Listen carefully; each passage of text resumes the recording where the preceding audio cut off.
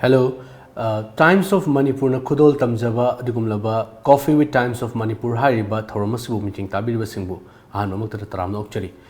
Paring naina chatha jarakliba akhoi Coffee with Times of Manipur hariba thoromasi ngasigi special guest wana pudun lakchariba asi thodok henokna akhoi special oiba adugumlaba miyoy makhakni Manipuri film gi jagatta filmmaker amoina chahi 35 kun hena chungsin biraklaba adugumlaba Liri humba malang babusu thoibina bu no adi ngahaktang oresu lefan bangamba aduga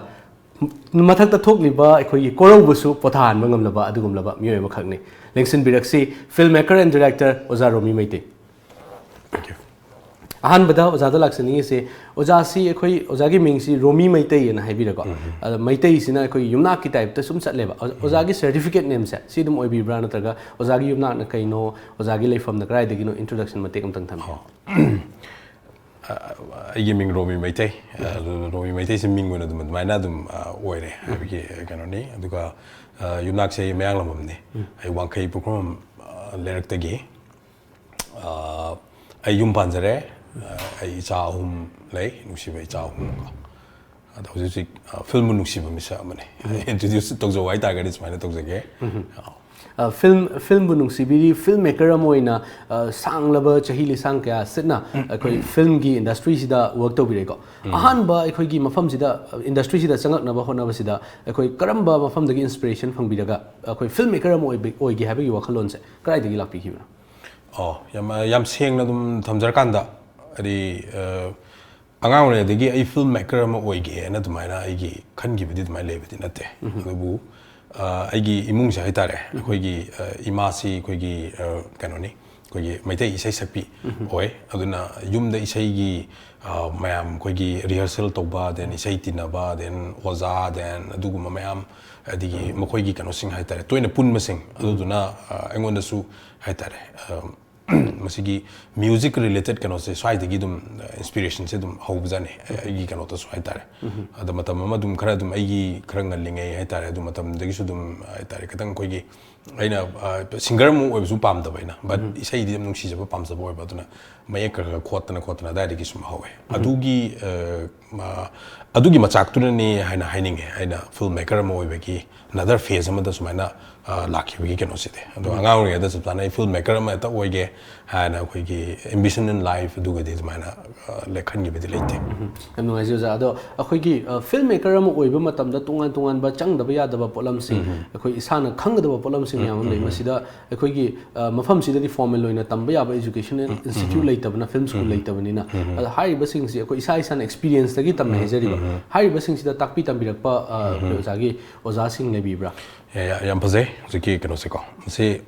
puni munungsi kano se dai tar film gi kano si pamaga khone film ona eta filmmaker amoina ta isa se project on no gi platform zo ai tar se da hoi manipur gi like phadna dum dubudi lai oi jabam di lai adubu masi yamna chauba subject amani ko ade film making ha kano se ado thamoi da matam da zum phaugi ana aphaba sa gi platform amadagi or institute ko amadagi the formal education the maina tawgi wakhal laga ding sai kano leiraga su ai formally haitare ani the maina film gi damakta film making tamakpa graduate or whatever adudi natkide adubu film namna haitare ai na changjelu line da aingonda khudong saba khradi dum phangre maroi na gogi London na base topa ko adi United Kingdom na gogi fund toba gogi screenwriting gi haidare magi course ko adu sei ta haidare India dai wari tra tu ka khangalaga tobu du da dumana dum formal kano haidare screenwriting gi di ko ade class waraga su course to adum masing khradi dumana phangi duga live phadna top ai film singna haidare top festival ga yarok kholapada haitare katang khoi wider audience da bu to bungamiba filmmakers and producers then technicians ma'am unabagi then more interact or sisu dum aigi kano da haitare stepping stones mana du mai smai thamning formally chaludraga khoi manipuri film industry sida yana na changbira khiu matam da khoi ahan ba nambi gi ba film sa karum ba film obi aigi ahan ba sidi kano ne angang mo kurau mapala na ko ade north east ki festival ga to bu gi kano na mandana ga best female kano ko actor ga ta gi bu man film ma nupi gi female oriented story ni adu gi mamang da ha ma project am di torme do live thi dana ai tare wari film wari do film wena number ngamgidaba ado madugi dum yam ngaling matam digital film gi maybe adugi project tu ai su dum adu film oina namagadi dum adum hominaba dum oradon matam dugi right from the beginning agi story ma haitare adumaina tawgi ado screenplay si dum hanjan workshop tawra kanda akoina thabak tu onthok pangam gidaba haitare kitang projection du kitang chawre aduga next kanone next agi venture ne agam ground palchide first ti koigi film ama legre but film oi gidare kano to buti hai ba koi gi tongan ba line amada le maga ngasai gi screenwriting adagi lyricist oina lebira men na takpi adu matung da koi film da ihan hana lak pasida thengnabi gi ba awa nungai ba sing kari kari thengnabi hoi audio ki kano do ko onel na habi bu da I screenwriter and lyricist ama oina maina le jobdi na chade mamde mayam no hoi ai isai khara tabi ro khopira isai mek ibani kind of happy but still ai dum yazedri isana ai isai mek even as ko but pamjaba do gi mami masang khangne na lowi ai hosi ai boina ai logjaba ngamjade hai tare ngasai angang oi ngai da hobi rakibagi mamang na ta hai hoi thamoi da sum adugi pamjaba dune na khale ena khanbada ado isana yazedri ai se adi manipur gi lyricist amani hai sai yazadri sima tang kano ta hoge ada hoziki ahan film sida thengnabirak pa wan wai sing okay ahan ba venture smuk tabu experience what pagi ko ari hen agoi gi energy hen agoi gi spend to bosima di haitare kadang agoi gi khara ka haitare ne energy zikra hena nahazu warim ne na hena sina thokpa dugumba di haitare yamna du khaksal la gyan ta na ga tawdo poto hojik su uzaba haitare ko matam da khara hena energy hena season haitare adum gi awaba ko adum khara di lei aduga taseng na dum chap chana formal ngasai gi education phangak tabne na sai gi number gi process haitare ko hoi internet samrom da ai oza ne na habi sai ko adi very thankful adi internet pu seme ba kano sing haitare ko adi matam da dum magi haita film making gi kano sing basic sing du di maina pazai lighting ni basics ko adi then makeup film makeup si kari no du no ko aina du da kano an expert na oi ba natraga su as a whole team du gi captain na pu matam da kano haitare aina udaya da ba area sing ko through internet gi dumaina di tawgi to first agi ai film one mayamna yengbi gi ba angam krom pal chu dumaina oi gi bane hai ba film asi koi awa ba mayam am thengna ga su film oina romi meitei hai ba su gi ihan han ba film gi career de ihan han puthoki ba film ni romi meitei na lai nei angang ma kurong ma pal hai ba film asina first film oina dum lai ga da ba dum yam memorable ba yam nungsi ba film ma thangni yam nungai si hai ba koi film industry si da film gi journey si da sangna changsin bi pa matam si da koi gi ozagi kaino sida career sida awards achievement myamam lebiramani ba karam ba panbe aba awards achievement lebir kanoda kogi kano haitare ministry information and broadcasting ni ko mogi kano haitare myam ifi international film festival of india to adugi indian panorama da agi film khalure 2011 ko adegi di mumbai international film festival film division na to ko says da 3-4 times international competitions bana represent over adi kano sing haitare india film khan ma to ko the state award ani advan phangjagre adagi topa some national level la topa haitare ministry ib gi na taba topa sing da kano tore some 3-4 winners mana wailure do abroad ki kano da haitare germany gi frankfurt says da haitare beyond bollywood na tawe festival ma ko aduda ai film official selection phange aduma yam ngai gi mara ide adum damoi da phawta abroad to ulu bai gi wakata na tabi haitare hari competition do aduda film do khalak ko yam ngai gi ko then manhattan kano ko ari united states of america sigi manhattan gi kano da second best ma ga sumaina ta gare award ki kano da haitare man dongan ba award sing mayam phangbire yam ngai ji aduga khoi gi masai gi full length feature film mayam na khangbi gi ba mayam na widely accepted to ba film mayam am lai gare masi gi matung da khoi na sum thena jaba da short film da ku thapi rak pagi khoi see face ama mu khoi thena jai ba masi kari karam wa khalon da gi short film si da mu lakwi hoi yam phazai adi feature film se seng na ko mase thamoi da phau du ni ena thamjari se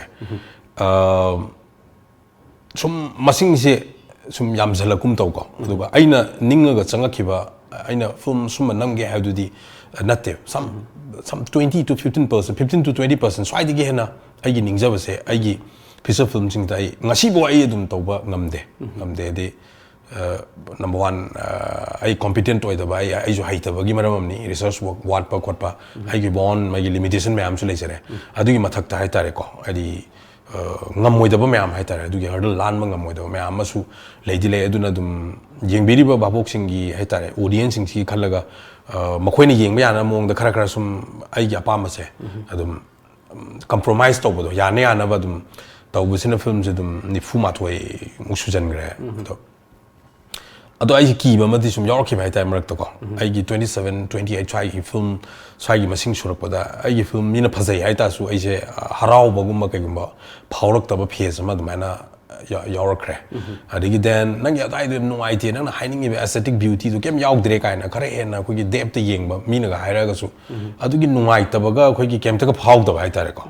ba dum normal ta thoki ba ke no ma yaw re adu moment to ai gi yam pa khat ki ba moment ne adi maram di adum hai tare chali lambi se kano mai tare ai masi yam changchen masi asoi ba leire ai thomoi dum khan gi ba ada feature film naina toba ngam da bu ne ta seng naina short chi dai tare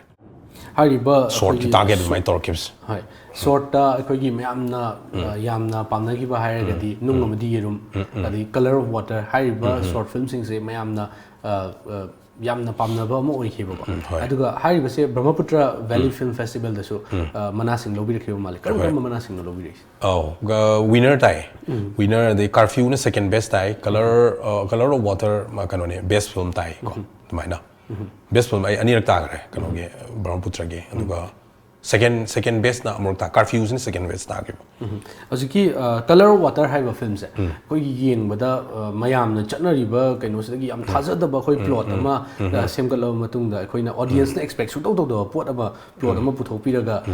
yam phaja ba mong da present to bi ba haiba film si koi kamai ni initiate to khibino karamaina horror khibno si film si tan hai kaino ne koi gi manipur da koi gi masi world mafam da kar thong mo da di khandre aina pa ba wat pe shor me masi pak ti tholom dog di mande manipur da film pulap lep khiba ma yaw khre tha truk hena aina total sum conditions adu ada me am ko ta ni sum 15 ga swai tar matam nu da pulap lep khiba matam du da ge na tholak khiba kanon khakne adi ne ba khoi gi artist sing sa akhoi ne film number lepe or whatever ai kanom ta leng ot pa tawdre o kem tawdra ga na artist se fail ore na lobra nadragana ina zum work to budura mai pak pai sa dai gi kanon khai tare am thin layer adai de kanon ma khalak pa hogi bai na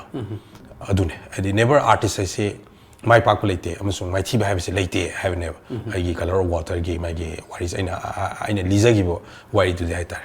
ata sing sigi inspiration di manipur da film tha taruk lepup do adu da gi tholak ki inspiration yam phaja ba koi gi miam na su yam nungai hi ba dugum laba short film telaba matam da koi gi loina mak present ta huba ngam ba dugum ba film mo gi yam mai pak pa film mo gi yam nungai ji ko matung da lakchani ba koi gi question se koi film ma nam na ba hona ba da koi thengnari ba koi awaba nungai ba miam se kai kai no koi samna har ba matam da koi general public na di film du gi loi raga puthora iba output du khatane uri se aduga film se number matam da adu da thadari ba input sing pre production da kari tawi adu shooting matam da kai tawi post production da kai tawi have na ching ba se koi general mi sing na di khang da ba hai se filmmaker mo ina general public da isam chamba wahai sing da koi khang na ba mating tang thambi yam samna hai jo hai tari khudam ma hoju ji ningjang jarak ko khudam hai tar temple or laisang or church whatever any sa matam da dum sa dori ba khoi gi thabak su ba sing do hai tar aduna dum lai tham duri jaga du su dum ade amor kai su toksan ni dan honjan ni hida balamati tot pa khot pa du da churup daksan ni kai ni jasan ni even whatever ko adubu lor ko matam da khoi lai ba kalaga kai dana laisang or church whatever ko film su same adune ho bude ona train later por ma create torok to ni then another phase da chang raga science da puto po khulai me amai ta mo me am nam do ni ko camera adu da sound record whatever then post production da du dong sam ma ko samane do same ko na hojiki example laisang cha am pasaba example of bibiri ko akoi gi general public sina mit ta sang na uba akoi gi mang da thok pa hai tare adugum lo example am bibiri yam nongai ji aduga ngasai mamang da stock pick re koi gi Goa da Pune da adagi atopa India gi mapan na fawa film sing utpi re hai ada hojik chatli ba Manipuri gi film gi trend se si amuk thengna biraga mapan da le hori ba film gi trend si yengu matam da Manipuri film gi standard se karam ba mafam da le na khan bi Oh, Manipur se tasengna film na ngaujaba mi di yame simadi lalaroi. Duga talent su hai tare amna leiba ko. Ade artist sing ji talent se dum pikraba kano se ratio se pathokna ga di melen India ko ko ja lang phungna leina lawe. Duga Juju kyuna katang pothambam chadaba gumba dumaina ko. Maramdi aina potham chadaba haijari jate into sigi kano se hai tare industry se ko. Hoi industry ma haidra ga so koi London ma haijara ga. Koi Manipur gi film industry se da at least decade me na work tok jarak pagi experience da ko. Masigi kano se koi gi film gi kano se market se hojik nawai ga paru ba ratio da di seng gi di amna wider kanum ka hai tare spectrum ma da sat khadro ba kano ne. Du bo hojibuk chattana sum leibe se. Masidum questionable oi ba kano ne. Hojik sali ba film gi kano se. Adum masidum am aruba phase ma dine haijaninge whether koi gi film se grow tawribra na tasengna somnom da smaina hangbiraga di edi tawde na thamoi de gi smaina wena kono tawi grow tawi kram kanda tawi hai kanda film se na sum aigi mot hai tare observation da ani thokna hojik present situation da nami film jing se ani thokna dissect to kanda koi technical kano sing hai tare sigi scientific device camera hana koi we never dream of like koi na 4K the film kapakane se matamdu ka sukan na ningu de do hojik yam hongom mal da sa 4K gi camera thoksalak pa ko then DSLR camera sing sina dum kano kapa yar kani ga se the picture ki quality ke ga everything study hangal po ko then drone na pair ga number aerial shots sing gi phajaba mayam le ubidong atane. But on the other side, we film gi magi talk by time masak manung du pulliba magi aesthetic beauty. The beauty adugi aesthetic beauty duga creativity to the normal gi aina sum khanjaba dai tare ko kara compromise tok tho ga chatpara haibasimadi sumaina feel tawe na hai ri basida koi positive change ama akoi gi Manipur film industry da product na khana bada kari tawbudi mathau tai ni sagi motu khanbi hoi kano di the film itself masi ko adi number one kano ni everything movement ling dori ko tori tori ma'am se kano atne everything paisa ne loi haija bai wa sunate thamning point di the film se budget magi tangai phadana sangam thokpa mayam adi lei akoina kal loi da por hai tare adum masing je kan dana tor kan da khoi at least mini yeng ba level ama for example aina sum ai interview mayam da su haija bane akhoi gi hojipok da nam film sing jai tare khut thega masing thibi ya ni film mayam ko samni sangwa lai gi sida tasing no audiographer amaga yawra khoi film se nam bra nam da bra ha bisa masi su wahang oina hang ba pa keno na ado audiographer yawda number film se kana kamaina akoina mi gi ka thel kamaina yolo doino ha ba point sine ko adana masi compromise tawdana loina afaba mi adusu review do si tanare si even sound recordist kai hydred sound designer kai hydred ko hari just aina ngang yu khonjen ji kadang number bu oiraktre means tan madam nu aina mong da design to sound designer na term bu sinner ba point na ko ado akhoi gi aina change song ji ai industries da aina film do so ai du tori bra hangan da dum ai gi answer laite ado kala ga satpa gumba kai gumai tare chamane ado siguma mayam macha mayam sinane koi gi juju kyuna yam na hena masa mareng kan ba kano oidris mayam na YouTube ta then internet ki kuthang da ko koina isai gumba gai gumba pada ta ba beng yeng mis da koi industry si yam na heta chokhala ba man ba gi bani but in fact manung changjal ga ta tare kari no na da thira ga di kana ge film bu amsung karam film bu hojiki market si da tare mingon da yengan ya ge do wangang ningai oi ba masa am oiri yam phajaba wakhalon ni yam phajaba akoi gi suggestion mayam amsu thambi ni wari su yam nungai ri akoi wari gi marak thatna aten ba break am tang lojage mayam yeng ta doi Lamjingba jewelry na adom gidama khwaidagi asengba sana khwaidagi ahongba sana asamal da fanghanjari aikoi gi service sing di inat yoiba design sing ready made ta fanghanjari singnaningai oidraba asengba sana khaktamak pizari manung matam sana order delivery sing pizari sana asamal khwaidagi nemna lawjari nomaizing numitsu adom gi service ta leizari Ngasimak Lengsin Birau, Lamjingba Jewelry Private Limited, DM College Road, opposite Memsi Mall, Thangmaiban, Imphal West. Email lamjingbajewelry@gmail.com. Website www.lamjingbagoldbank.com. Contact us at 76429344425 and 940-299-2391. Lamzingba Jewellery. Good quality is our priority. Admission open. Institute of Manipur Arts Imane Sinduna acting course ki damak lakriba March ki tarik mari dagi form thaba haujaragani. Art pu pamjaba thawai yawba miyoi singna makhada pijariba address amadi contact number 8974044243 amadi 7005615228. Loinana Aisham Kishore Singh Senior Film Artist Manipur Sagolban Tera Tongbram Lekai Mamang Lerak Khambi Bayagani. Telephone number amuka ningsingjari 8974044243 amadi 7005615228 ni. Break ki matungda mayam pumnamupu taramna ukchari. Makhataba wari sanazage. Makhataba wari da lakchari ngisi hauzik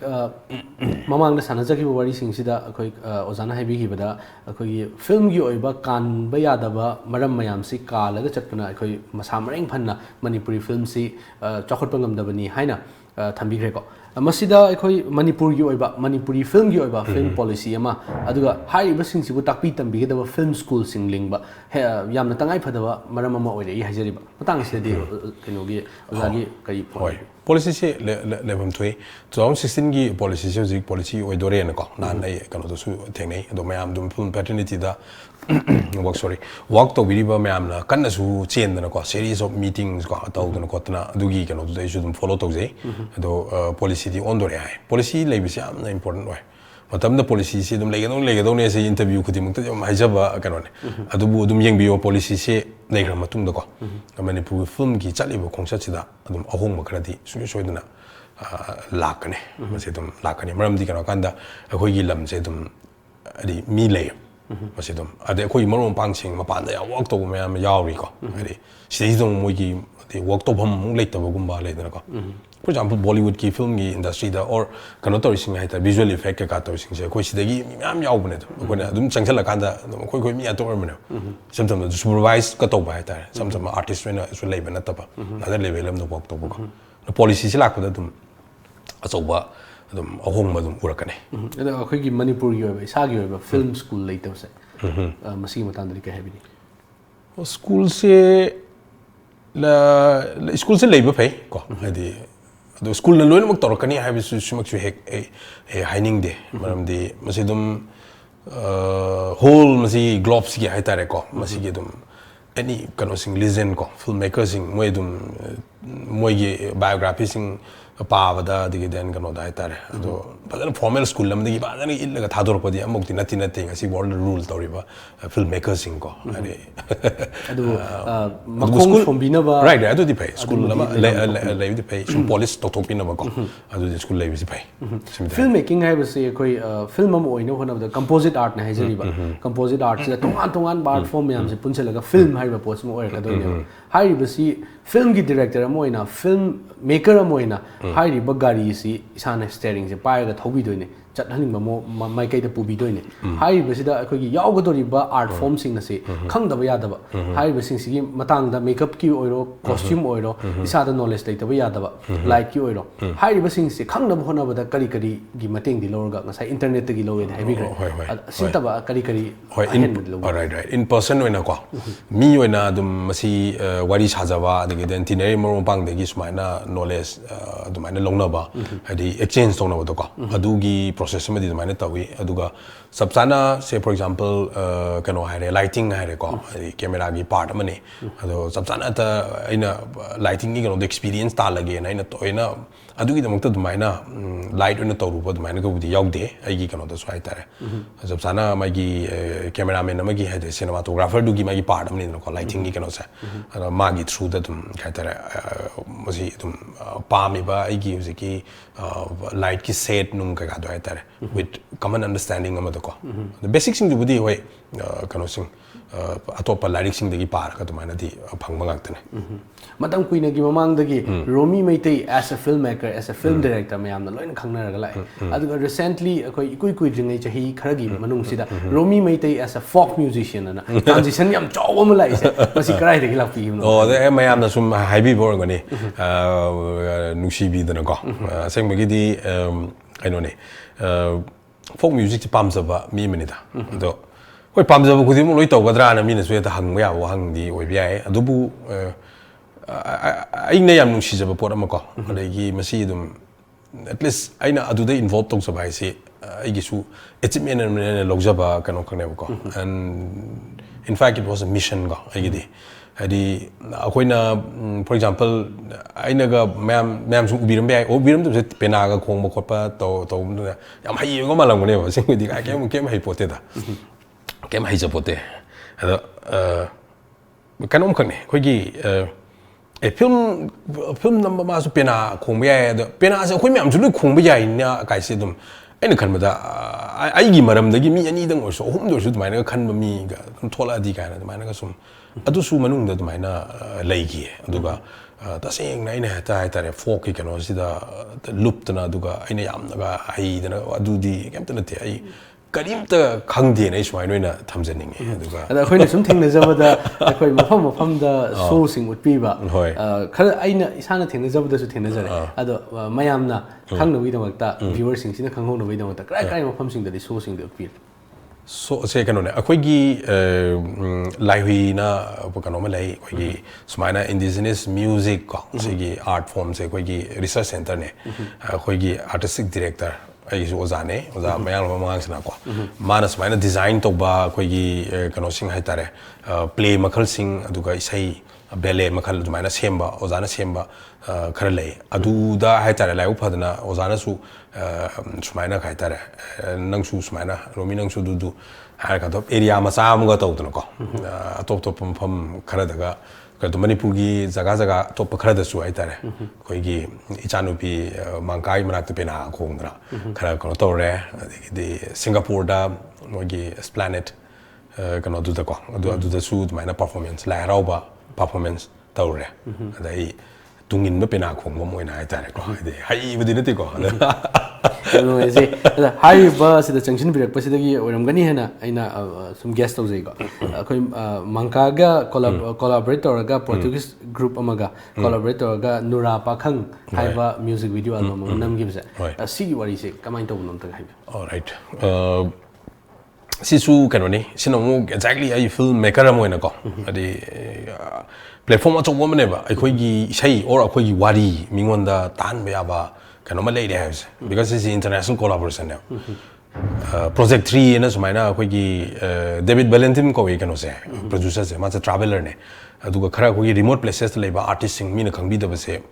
ꯃꯥꯅ ꯏꯁꯩꯁꯦ record ꯇꯧꯔꯒ ꯑꯗꯩ ꯑꯇꯣꯞꯄ ꯍꯥꯟꯅ ꯆꯥꯎꯈꯠꯈ꯭ꯔꯕ ꯊꯥꯔꯠ world ꯀꯟꯇ꯭ꯔꯤꯒꯤ rock band or ꯄꯣꯞ ꯕꯦꯟ ꯀꯣ or ꯁꯤꯒꯤ musician ꯑꯥꯔꯇꯤꯁꯁꯤꯡꯁꯤꯒ ꯍꯥꯏꯗꯤ ꯐ꯭ꯌꯨꯖꯟ ꯑꯣꯔ ꯋꯥꯠꯑꯦꯚꯔ ꯀꯣꯂꯥꯕꯣꯔꯦꯠ ꯇꯧꯔꯒ ꯃ꯭ꯌꯨꯖꯤꯛꯁꯦ ꯔꯦꯀꯣꯔꯗ ꯇꯧꯔꯒ ꯑꯗꯨꯃꯥꯏꯅ ꯃꯌꯥꯝꯅ ꯇꯥꯍꯟꯕꯅꯤꯗ ꯑꯅꯗ ꯍꯥꯏꯠ ꯑꯃꯗ ꯄꯨꯔꯛꯅꯕ ꯀꯩꯅꯣꯅꯦꯕ ꯑꯗ ꯁꯤꯒꯤ ꯀꯣꯂꯥꯕꯣꯔꯦꯁꯟꯁꯦ ꯂꯩꯔꯝꯕ ꯑꯗ ꯑꯩꯅ ꯑꯩ ꯊꯃꯣꯏ ꯈꯟꯈꯤꯕ ꯚꯤꯗꯤꯑꯣꯗꯤ ꯄ꯭ꯔꯣꯖꯦꯛꯇꯤ ꯌꯥꯎꯗꯦ ꯃꯣꯏꯒꯤꯗꯨꯗ ꯑꯁ ꯃꯁꯤꯗꯤ ꯌꯥꯝ ꯐꯕ ꯃꯁꯤ ꯀꯩꯅꯣꯅꯦꯅ ꯑꯗꯨꯒ ꯄ꯭ꯂꯁ ꯍꯧꯖꯤꯛ ꯑꯩꯈꯣꯏꯒꯤ ꯃ꯭ꯌꯨꯖꯤꯛ ꯚꯤꯗꯤꯑꯣꯒꯤ ꯇ꯭ꯔꯦꯟ ꯀꯟꯅ ꯆꯠꯂꯤ ꯄꯣꯠꯁꯤꯁꯨ ꯑꯦꯠꯂꯤꯁ ꯇ꯭ꯔꯦꯟ ꯑꯃ ꯑꯗꯨꯃꯥꯏꯅ ꯇꯧꯕ ꯌꯥꯏ ꯍꯥꯏꯁꯦ ꯃꯦ ꯕꯤ ꯑꯗꯨꯅ ꯑꯍꯥꯟꯕꯁꯨ ꯑꯣꯏꯔꯝꯒꯅꯦꯕꯀꯣ ꯍꯥꯏꯗꯤ ꯏꯟꯇꯔꯅꯦꯁꯅꯦꯜ ꯀꯣꯂꯥꯕꯣꯔꯦꯁꯟꯗ ꯃ꯭ꯌꯨꯖꯤꯛ ꯚꯤꯗꯤꯑꯣ ꯅꯝꯕꯁꯦ ꯑꯗꯨꯅ ꯑꯗꯨꯒꯤꯁꯨꯅꯦ ꯑꯩꯅ ꯊꯑꯣꯏꯅ ꯑꯩꯈꯣꯏꯒꯤ ꯑꯣꯏꯕ ꯀꯩ ꯍꯥꯏꯇꯥꯔꯦ ꯁꯒꯣꯜ ꯀꯥꯡꯖꯩꯀꯣ ꯃꯁꯤꯒꯤ ꯌꯥꯝꯅ ꯃꯔꯨꯑꯣꯏꯕ ꯁꯒꯣꯜ ꯃꯅꯤꯄꯨꯔꯤ ꯄꯣꯅꯤꯁꯤ ꯃꯥꯡꯈ꯭ꯔꯀꯥꯟꯗ ꯁꯒꯣꯜ ꯀꯥꯡꯖꯩ ꯑꯩꯈꯣꯏꯗꯒꯤ ꯍꯧꯋꯦꯅ ꯆꯥꯎꯊꯣꯛꯆꯣꯏꯗꯩꯁꯨ ꯀꯗꯥꯏꯗꯅꯣꯅ ꯍꯪꯖꯕ ꯋꯥꯍꯪ ꯋꯥꯔꯤꯁꯦ ꯃꯁꯤ ꯂꯤꯍꯧꯔꯒꯦꯅ ꯑꯗꯨꯃꯥꯏꯅ ꯑꯗꯨꯗ ꯂꯤꯕꯅꯦ ꯃ꯭ꯌꯨꯖꯤꯛ ꯚꯤꯗꯤꯑꯣꯒꯤ ꯇ꯭ꯔꯦꯟꯁꯨ ꯁꯨꯃꯥꯏꯅ ꯑꯩꯈꯣꯏꯒꯤ ꯏꯟꯇꯔꯅꯦꯁꯅꯦꯜ ꯑꯣꯗꯤꯌꯦꯟꯁꯀꯤꯗꯃꯛ ꯑꯩꯈꯣꯏꯁꯨ ꯅꯝꯕ ꯌꯥꯏ ꯀꯥꯏꯁꯤꯁꯨ ꯃꯦꯁꯦꯖ ꯑꯃꯅꯦ ꯇꯁꯦꯡꯅ ꯑꯩꯅ ꯅꯨꯔꯥ ꯄꯥꯈꯪꯗ ꯇꯧꯈ꯭ꯔꯤꯕ ꯀꯩꯅꯣꯁꯤꯁꯨ ꯍꯥꯏꯇꯥꯔꯦ ꯃꯁꯤꯒꯤꯁꯦ ꯌꯥꯝꯅ ꯇꯣꯉꯥꯟꯕ ꯑꯩꯈꯣꯏꯒꯤ ꯃꯌꯥꯝꯅ ꯇꯧꯅꯔꯤꯁꯤꯗꯒꯤ ꯄꯨꯔꯥ ꯇꯣꯉꯥꯟꯕ ꯄꯣꯠ ꯑꯃ ꯑꯣꯏꯔꯒ ꯑꯗꯨꯃꯥꯏꯅ ꯄ꯭ꯔꯖꯦꯟ ꯇꯧꯕꯤꯈꯤꯕ ꯉꯁꯥꯏꯒꯤ ꯃ꯭ꯌꯨꯖꯤꯛ ꯚꯤꯗꯤꯑꯣ ꯑꯦꯜꯕꯝꯒꯤ ꯃꯇꯥꯡꯗ ꯂꯥꯛꯏꯉꯩꯁꯤꯗ ꯑꯩꯈꯣꯏꯒꯤ ꯕꯂꯥꯅ ꯁꯛꯇꯝ ꯂꯥꯡꯈꯤꯕ ꯃ꯭ꯌꯨꯖꯤꯛ ꯚꯤꯗꯤꯑꯣ ꯑꯦꯜꯕꯝ ꯑꯃꯁꯨ ꯑꯩꯈꯣꯏ ꯅꯨꯄꯥꯗ ꯅꯨꯄꯥꯅꯤꯅ ꯍꯥꯏꯔꯤꯕꯁꯤꯁꯨ ꯑꯗꯨꯅ ꯑꯃꯨꯛ ꯄꯨꯔꯥ ꯑꯇꯣꯞꯄ ꯁꯥꯏꯠ ꯑꯃꯗ ꯄꯨꯊꯣꯛꯑꯒ ꯄꯨꯔꯥ ꯇꯣꯉꯥꯟꯕ ꯄꯣꯠ ꯉꯥꯛꯇꯅꯦꯕ ꯑꯩꯈꯣꯏꯒꯤ ꯑꯣꯖꯥꯅ ꯄꯨꯊꯣꯛꯄꯤꯔꯛꯏꯁꯦꯀꯣ ꯍꯥꯏꯔꯤꯕꯁꯤꯒꯤ ꯋꯥꯔꯤꯁꯨ ꯈꯤꯇꯪ ꯁꯦꯌꯔ ꯇꯧꯕꯤꯌꯨ ꯀꯩꯅꯣꯅꯤ ꯁꯤꯕꯨꯗꯤ ꯇꯁꯦꯡꯅ ꯍꯦꯛꯇ ꯑꯩꯈꯣꯏꯒꯤ ꯃ꯭ꯌꯨꯖꯤꯛ ꯚꯤꯗꯤꯑꯣꯗꯤ ꯑꯩꯗꯤ ꯀꯌꯥ ꯅꯝꯖꯗꯦꯕꯀꯣ ꯍꯣꯏ ꯁꯣꯁꯤꯌꯦꯜ ꯏꯁꯨꯁ ꯑꯗꯨꯒ ꯁꯝ ꯏꯟꯇꯔꯅꯦꯁꯅꯦꯜ ꯀꯣꯂꯥꯕꯣꯔꯦꯁꯟꯒꯨꯝꯕꯗꯤ ꯅꯝꯅꯤꯡꯉꯦ ꯋꯥꯔꯤ ꯑꯩꯈꯣꯏꯒꯤ ꯋꯥꯔꯤ ꯍꯥꯞꯄꯒ ꯍꯥꯏꯇꯥꯔꯦꯀꯣ ꯑꯗ ꯁꯨꯝ ꯏꯁꯩ ꯁꯛꯄꯤ ꯑꯗꯨꯒ ꯄꯨꯡ ꯆꯣꯂꯣꯝꯒꯤ ꯍꯥꯏꯇꯥꯔꯦ ꯐꯖꯕ ꯑꯃ ꯈꯤꯇꯪ ꯏꯟꯇꯔꯇꯦꯅꯤꯡ ꯑꯣꯏꯕ ꯀꯩꯅꯣꯃꯗ ꯀꯩꯅꯣꯝ ꯍꯥꯏꯇꯥꯔꯦ ꯃꯌꯥꯝꯅ ꯈꯤꯇꯪ ꯌꯦꯡꯕ ꯌꯥꯕ ꯃꯑꯣꯡꯗꯅ ꯑꯗꯨꯃꯥꯏꯅ ꯈꯤꯇꯪ ꯈꯟꯈꯤꯕ ꯈꯛꯇꯅꯦ ꯑꯗꯨꯒ ꯇꯁꯦꯡꯅ ꯃꯁꯤꯅ ꯍꯦꯛꯇꯀꯣ ꯀꯩꯅꯣꯗꯤ ꯅꯠꯈꯤꯗꯦ ꯑꯩꯁꯦ ꯃ꯭ꯌꯨꯖꯤꯛ ꯚꯤꯗꯤꯑꯣ ꯃꯔꯤ ꯃꯤꯅꯤꯠꯇ ꯅꯝꯃꯒꯦ ꯀꯥꯏꯅ ꯑꯗꯨꯃꯥꯏꯅꯒꯤ ꯑꯗꯨꯒꯤ ꯁ꯭ꯇꯦꯞꯇꯨꯗꯗꯤ ꯅꯠꯇꯦ ꯑꯩꯅ ꯅꯝꯖꯈꯤꯕꯁꯦ ꯁꯣꯔꯤ ꯃꯈꯥ ꯇꯥꯕ ꯀꯣꯏꯁꯟꯗ ꯂꯥꯛꯆꯅꯤꯡꯉꯤꯁꯤ ꯔꯤꯂꯤꯁ ꯇꯧꯒꯗꯕ ꯑꯣꯖꯥꯒꯤ ꯐꯤꯜꯝꯁꯤꯡ ꯂꯩꯕꯤꯕ꯭ꯔꯥ ꯍꯧꯖꯤꯛ ꯍꯧꯖꯤꯛꯀꯤꯅ ꯔꯤꯂꯤꯁ ꯇꯧꯒꯗꯕ ꯑꯃꯠꯇ ꯂꯩꯇꯦ ꯃꯔꯝꯗꯤ ꯑꯩ ꯆꯍꯤ 2 ꯃꯈꯥꯏꯃꯨꯛ ꯐꯥꯔꯦ ꯐꯤल्मꯁꯦ ꯅꯝꯗꯕ ꯍꯥꯏꯇꯥꯔꯦ ꯅꯝꯕꯁꯦ ꯁꯨꯝ ꯀꯤꯕꯒꯀꯣ ꯑꯗꯒꯤ ꯁꯣꯔꯠꯇꯤ ꯅꯝꯃꯦ ꯃꯃꯥꯡꯗ ꯑꯃ ꯌꯣꯔꯁ ꯐꯦꯠꯐꯨꯜꯂꯤꯅ ꯑꯃꯀꯣ ꯑꯗꯨꯒꯤ ꯑꯩ ꯂꯦꯇꯦꯁ ꯋꯥꯔꯛꯇꯤ ꯑꯗꯨꯅꯦ ꯌꯣꯔꯁ ꯐꯦꯠꯐꯨꯜꯂꯤꯁꯦꯀꯣ ꯃꯅꯤꯄꯨꯔꯒꯤ ꯍꯥꯏꯇꯥꯔꯦ ꯈꯤꯇꯪ ꯑꯩꯈꯣꯏꯒꯤ ꯂꯩꯔꯤꯕ ꯁꯤꯆꯨꯋꯦꯁꯟꯁꯦ ꯑꯗꯨꯋꯥꯏꯗ ꯈꯤꯇꯪ ꯌꯦꯛꯄ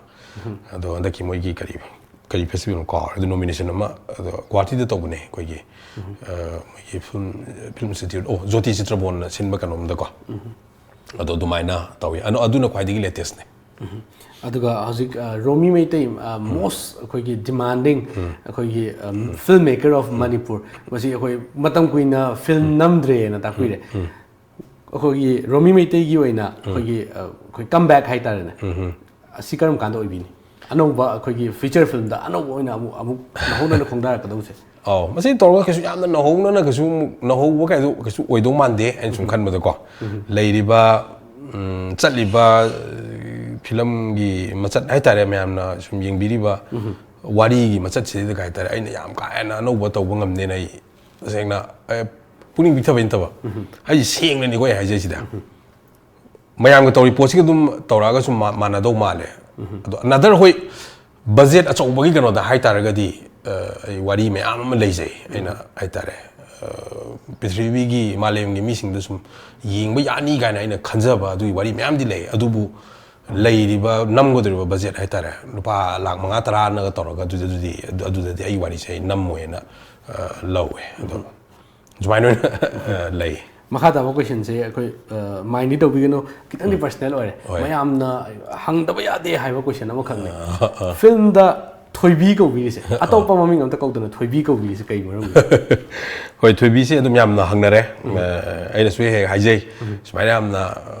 ꯍꯪꯕꯁꯦ ꯌꯥꯝꯅ ꯅꯨꯡꯉꯥꯏꯔꯦꯅꯀꯣ ꯉꯁꯤꯁꯨ ꯅꯨꯡꯉꯥꯏ ꯍꯪꯕꯤꯔꯛꯄꯁꯦ ꯍꯥꯏꯇꯥꯔꯦ ꯃꯌꯥꯝꯅꯒ ꯑꯗꯨꯝ ꯍꯥꯏ ꯔꯣꯃꯤ ꯃꯩꯇꯩꯁꯦ ꯃꯥꯒꯤ ꯑꯣꯅꯦꯁꯂꯤ ꯅꯨꯡꯁꯤꯕ ꯀꯥꯏꯅꯔꯝꯒꯅꯤ ꯒꯥꯏ ꯊꯣꯏꯕꯤ ꯀꯧꯕ ꯑꯃ ꯃꯥ ꯈꯪꯅꯖꯔꯝꯒꯅꯤ ꯒꯥꯏꯅꯀꯣ ꯑꯗꯨꯃꯛ ꯑꯃꯠꯇꯗꯤ ꯀꯩꯁꯨ ꯅꯠꯆꯗꯦ ꯑꯩꯅ ꯑꯗꯨꯝ ꯍꯦꯛ ꯑꯦꯛꯖꯥꯝꯄꯜꯁꯨ ꯍꯦꯛ ꯑꯗꯨꯝ ꯄꯤꯖꯕꯅꯦ ꯑꯗꯩ ꯑꯇꯩ ꯏꯟꯇꯔꯚ꯭ꯌꯨꯁꯤꯡꯗꯁꯨ ꯀꯣ ꯑꯩꯈꯣꯏꯒꯤ ꯀꯔꯤꯕ ꯋꯤꯂꯤꯌꯝ ꯍꯥꯅꯥ ꯋꯤꯂꯤꯌꯝ ꯀꯣ ꯍꯥꯏꯗꯤ ꯑꯩꯈꯣꯏꯒꯤ ꯇꯣꯝ ꯑꯦꯟ ꯖꯦꯔꯤꯒ ꯗꯤꯖꯥꯏꯟ ꯇꯧꯔꯤꯁꯦ ꯑꯩꯈꯣꯏ ꯖꯣꯁꯦꯞ ꯕꯥꯔꯕꯔꯥ ꯀꯣ ꯃꯣꯏ 1940ꯗꯒꯤ ꯃꯣꯏꯅ ꯑꯗꯨꯋꯥꯏꯗꯒꯤ ꯇꯧꯔꯤꯅꯦꯀꯣ ꯗꯤꯔꯦꯛꯇꯔ ꯃꯌꯥꯝꯗꯤ ꯂꯩ ꯑꯗꯣ ꯅꯦꯕꯔ ꯃꯣꯏꯒꯤ ꯃꯃꯤꯡꯁꯦ ꯀꯣꯟꯅ ꯂꯥꯛꯄ ꯉꯥꯛꯇꯅꯦꯕ ꯑꯩꯈꯣꯏꯒꯤ ꯋꯤꯂꯤꯌꯝ ꯍꯥꯅꯥ ꯒꯥꯏꯁꯦ ꯍꯥꯟꯅ ꯁꯨꯡꯈꯪ ꯈꯪꯗꯕꯅꯦꯕ ꯕꯠ ꯁꯤꯔꯤꯁ ꯍꯥꯏꯇꯥꯔꯦ ꯇꯣꯝ ꯑꯦꯟ ꯖꯦꯔꯤꯒꯤ ꯁꯤꯔꯤꯁ ꯌꯦꯡꯅꯤꯡꯗꯕ ꯀꯅꯥꯝꯇ ꯂꯩꯔꯝꯃꯣꯏ ꯑꯍꯟꯗꯒꯤ ꯑꯉꯥꯡꯗꯒꯤ ꯂꯣꯏꯅꯃꯛꯀꯣ ꯍꯥꯏꯗꯤ ꯍꯥꯏꯂꯤ ꯃꯣꯏꯒꯤ ꯀꯩꯅꯣꯁꯦ ꯍꯥꯏꯇꯥꯔꯦ ꯀ꯭ꯔꯤꯌꯦꯇꯤꯞ ꯀꯩꯅꯣꯁꯤꯗꯤ ꯑꯔꯣꯏꯕꯤꯅꯤ ꯑꯗꯣ ꯑꯗꯨꯒ ꯁꯨꯝ ꯆꯥꯡꯗꯝꯅꯖꯕꯗꯤ ꯅꯠꯆꯗꯦ ꯑꯗꯨꯁꯨ ꯏꯟꯁꯄꯤꯔꯦꯁꯟ ꯑꯃꯅꯦꯕ ꯑꯩꯉꯣꯟꯗ ꯑꯩꯅ ꯁꯦꯝꯖꯕ ꯑꯩꯒꯤ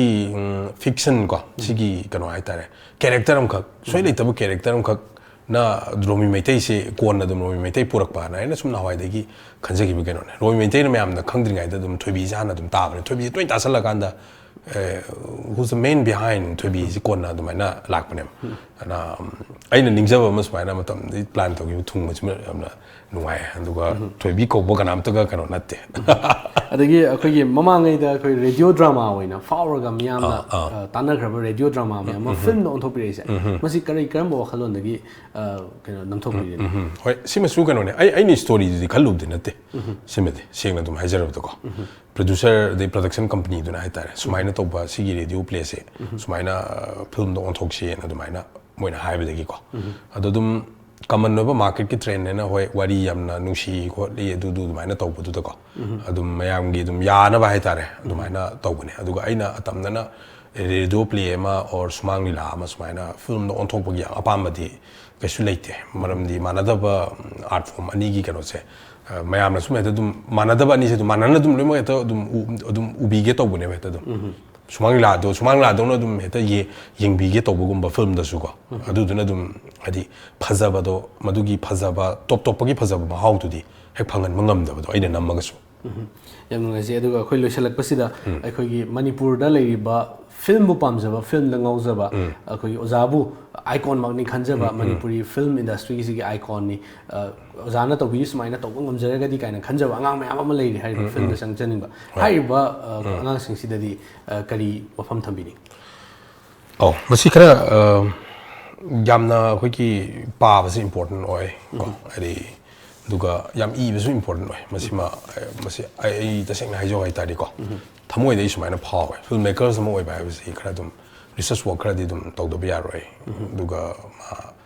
ꯃꯁꯥꯅꯁꯨ ꯌꯥꯝꯅ ꯏꯕꯁꯦ ꯏꯝꯄꯣꯔꯇꯦꯟ ꯑꯣꯏꯅ ꯈꯜꯂꯦ ꯃꯔꯝꯗꯤ ꯃꯁꯤꯁꯨ ꯑꯩꯁꯨ ꯑꯗꯨꯝ ꯑꯩꯅ ꯆꯪꯁꯤꯜꯂꯨꯔ ꯃꯇꯨꯡ ꯍꯥꯏꯇꯥꯔꯦ ꯆꯍꯤ ꯑꯃꯅꯤꯗ ꯑꯗꯨꯝ ꯃꯥꯏꯅ ꯐꯤꯜ ꯇꯧꯔꯛꯈꯤꯕ ꯄꯣꯠ ꯑꯃꯅꯦꯕ ꯑꯦꯅꯤ ꯍꯧꯖꯤꯛꯀꯤ ꯋꯥꯔꯜꯒꯤ ꯑꯐꯥꯎꯕ ꯑꯗꯨꯝ ꯃꯦꯀꯔꯁꯤꯡꯁꯤ ꯂꯣꯏ ꯑꯏꯕ ꯂꯣꯏ ꯑꯣꯏ ꯀꯩꯅꯣꯁꯤꯡꯁꯦ ꯃꯣꯏ ꯂꯣꯏ ꯁ꯭ꯀ꯭ꯔꯤꯟ ꯄ꯭ꯂꯦ ꯌꯥꯎꯅꯤ ꯁ꯭ꯇꯣꯔꯤꯗ ꯂꯣꯏ ꯌꯥꯎꯕꯒꯨꯝꯕ ꯂꯩꯗꯅꯀꯣ ꯑꯗꯣ ꯑꯗꯨꯁꯨ ꯑꯆꯧꯕ ꯀꯩꯅꯣꯈꯛꯅꯦ ꯍꯥꯏꯇꯥꯔꯦ ꯌꯥꯝꯅ ꯃꯃꯜ ꯅꯥꯏꯗ꯭ꯔꯕ ꯑꯗꯨꯒꯨꯝꯂꯕ ꯀꯩꯅꯣ ꯑꯩꯈꯣꯏꯒꯤ ꯑꯦꯗꯚꯥꯏꯁ ꯍꯥꯏꯖꯕ ꯇꯥꯔꯦ ꯄꯤꯕꯤꯔꯤ ꯃꯌꯥꯝꯅꯁꯨ ꯅꯣꯠ ꯇꯧꯁꯤꯟꯕꯤꯒꯅꯤ ꯑꯗꯨꯒ ꯂꯣꯏꯁꯤꯜꯂꯛꯄꯒꯤ ꯑꯩꯈꯣꯏꯒꯤ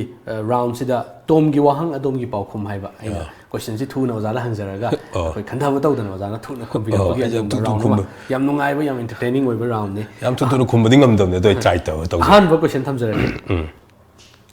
ꯃꯐꯝꯁꯤꯗꯒꯤ ꯏꯟꯇꯔꯚ꯭ꯌꯨꯁꯦ ꯍꯦꯛ ꯂꯣꯏꯕꯒ ꯆꯥꯛ ꯂꯥꯃꯛꯇꯅ ꯀꯔꯤꯒꯨꯝꯕ ꯑꯃ ꯆꯥꯅꯤꯡꯉꯦ ꯀꯗꯥꯏꯗꯒꯤ ꯀꯔꯤ ꯂꯩꯔꯒ ꯆꯥꯕꯤꯅꯤ ꯌꯨꯝꯗ ꯑꯗꯨꯝ ꯍꯜꯂꯒ ꯆꯥꯔꯕ ꯊꯤꯔꯨꯅꯤ ꯑꯅꯤꯁꯨꯕ ꯀꯣꯏꯁꯟ ꯈꯨꯗꯛꯁꯤꯗ ꯃꯥꯂꯦꯝꯒꯤ ꯃꯐꯝ ꯑꯃꯗ ꯍꯦꯛꯇ ꯆꯠꯄꯒꯤ ꯈꯨꯗꯣꯡꯆꯥꯕ ꯑꯃ ꯐꯪꯉꯦ ꯑꯗꯨꯗꯤ ꯀꯗꯥꯏꯗ ꯆꯠꯄꯤꯒꯅꯤ ꯀꯔꯤꯒꯤꯅꯣ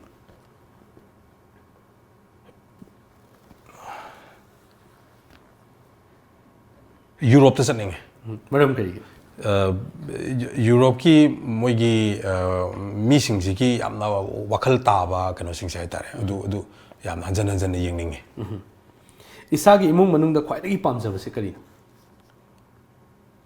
इमुंग मनुंगी चटनबी ओइरो इमुंग मनुंगदा अखोइगी ख्वाइदगी पामजबसे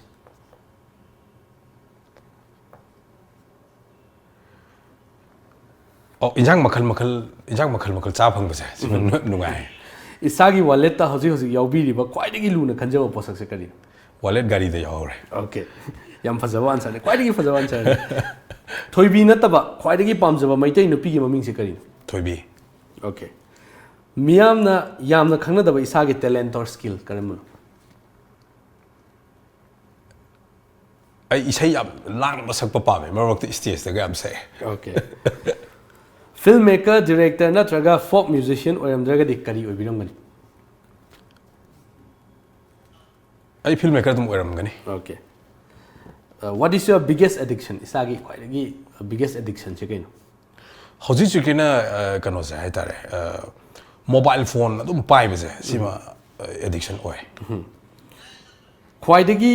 पामजदबा हाइनदबा चानबा पोसक से करी दुमक्ति लेते हाइनदबा अमता लेते अदुगा अरोइबा क्वेश्चन दा अदोमना ख्वाइदगी तोइना ngangba isai se karam isai no खंगदे करी ngangमनो अदुगा याम तोइना ngangba isai se leiragadi mate amta ngangbiyo haijage tawune do yam haisingna answer से खुबिरा के याम नुंगाइ से ngasi chillaba matam kya kai thokpiduna akhoi studio da lengbiraktana akhoi ga unajabagi sigu mokhodong chaba ma pibi se yam nungai je masida akhoina akhoi gi lamjing ba group ki lateral company emo oiriba chinjak.com gi maikai dagi simatan khudol tamje sam thaga chari yam phajai machu si juka wari di yam nungai ri wari mayam ama sanani adubu matam nadi kana sungai bide ngasi gi damak tadi matang asida yengbiri ba khwai kibik tagi kaina da ya thangni jari pinabirasi